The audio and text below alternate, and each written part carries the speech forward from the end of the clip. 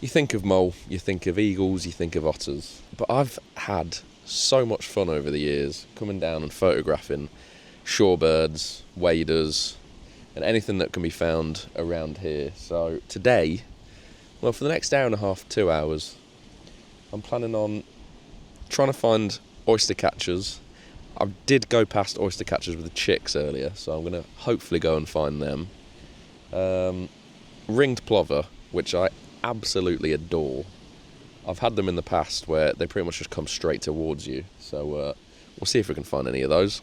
And also wheatear. This is a very, very good spot for wheatear, and I've never really been happy with any photos that I've got. So those are probably the three main subjects that I'm aiming for, but if anything else comes along, the more the merrier, as far as I think.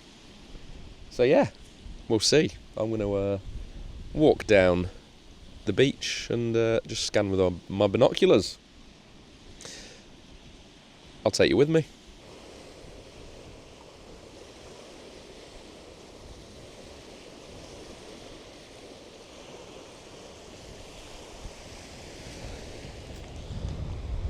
So by scanning, what I'm really looking for is the ringed plover here, because they are exceptionally well camouflaged amongst all of these pebbles. Got two oystercatchers there, which are sleeping, so probably won't go and bother them.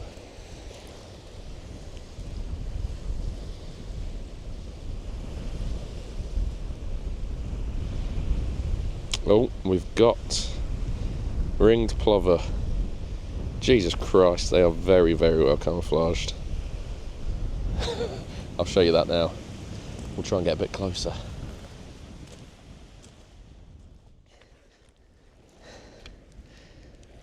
Right, well, I'm maybe, I don't know, 15 metres away. Got a pair of ringed plover in front of me. I absolutely love them. Their camouflage is insane. I was just speaking to my friend Stuart, who's with me. He was saying they've got two types of camouflage. One, because they've got sort of brown on the tops of them, anything looking from above, it's camouflage to them. And then when they've got the black and the white, it breaks out the outline when for things like dogs or people, when we're looking, it's very hard to pick them out. Thus why I was, even when you're about this distance, a lot of the time you'll need binoculars to try and find them, unless they're moving, of course, but these ones aren't. I'll try and get some photos.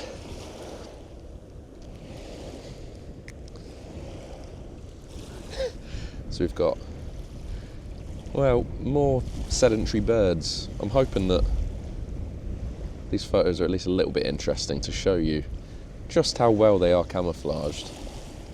In that photo I just took, you've got one in the background, all blurred out. But these guys aren't bothered about moving. It might have to be me that moves and goes to try and find some other subjects. Oh, hello. You deciding to move? Yeah.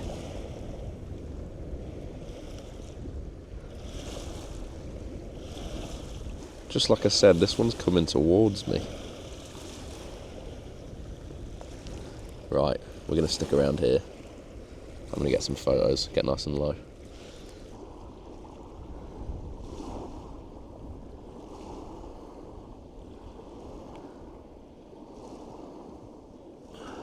Well, contrary to what I said I was going to do, which was move, I do have to say that the most success I've ever really had with waders and shorebirds has been getting into a good position, staying low and staying still. Because if you're low, they don't see you as a threat anywhere near as much as they would if you were just walking along the beach. So I do think staying still and low can really help. I mean, I know these ringed plovers don't tend to be the shyest of birds, but it seems to be working. Lovely. Oh, I've just remembered another bird I want to photograph, sandpiper. There's a lot of common sandpiper here. You can hear them all the time, and you can see them quite a lot as well, but I'd like to get them somewhere down on the shore would be nice. We'll see.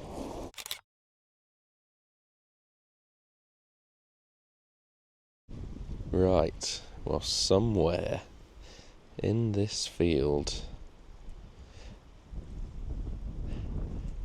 are the Oystercatcher chicks. I can see the two adults. I think I can hear the youngsters now. So I know they're in this field in front of me. I think what it's going to have to be is a waiting game. I'm just going to sit still with my lens on these adults. Just wait for them to trust me enough to give it the all clear for these youngsters to come out. If I remember correctly, they're not teeny tiny. They looked almost the same size as the adults, but I've never really seen Oystercatcher chicks, so let's hope we can get some photos and I can show you guys too. Right, I'm going to try and not get run over and just sit in this little verge here. I'll let you know if I'm successful.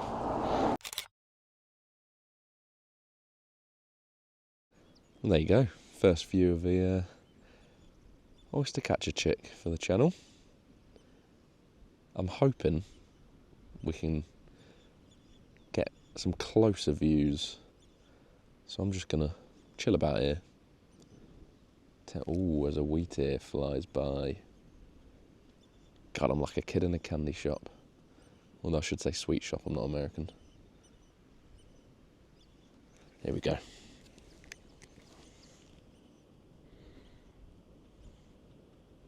We've got two in there.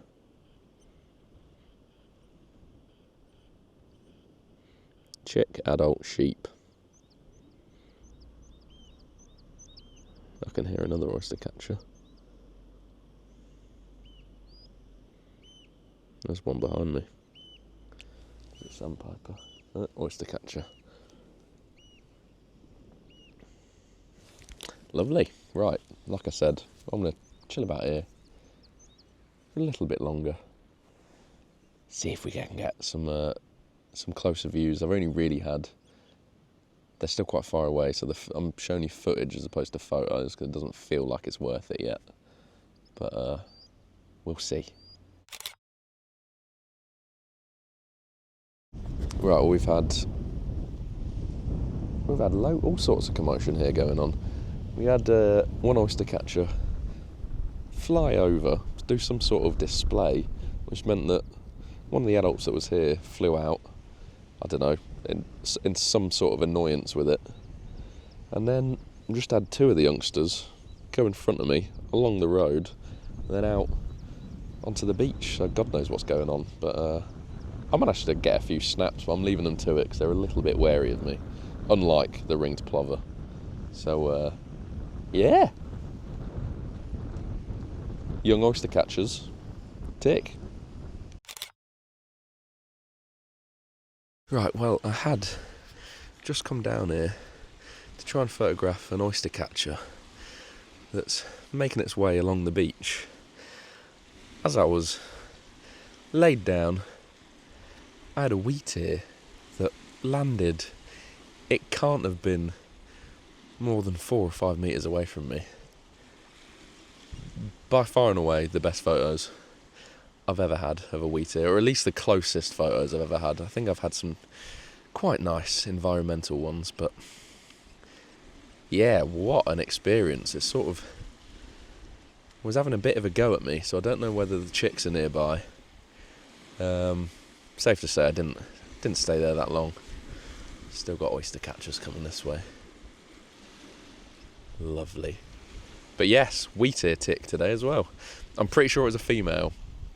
So the hunt for a male wheatear goes on, but that may have to come at a later date. I'm going to stick around for another half an hour around here.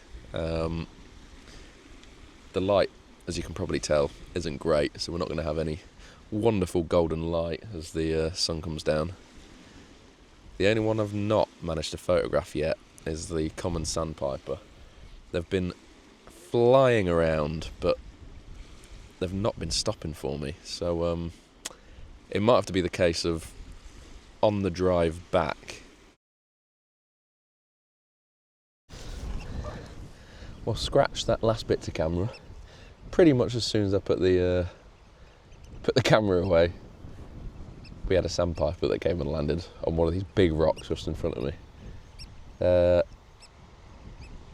Sorry, I'm really not good at this. There's just tons of activity and noise, mostly from oystercatchers. But yes, sandpiper in the bag for today. Common sandpiper, that is. So, to be honest, those have been my 4 target species for today. So we're laughing. I may well leave it there. I hope that this shines a bit of a light on what I tend to think can be some of the underappreciated animals of Mull. Don't get me wrong, over the next 3 weeks I will be gunning for eagles and otters, but I think I've had the privilege of coming to Mull so much that these more common species just excite me just as much as anything you can find here. It's just a magical place. Right, well, thank you very much for watching, and I'll catch you on the next one. Cheers.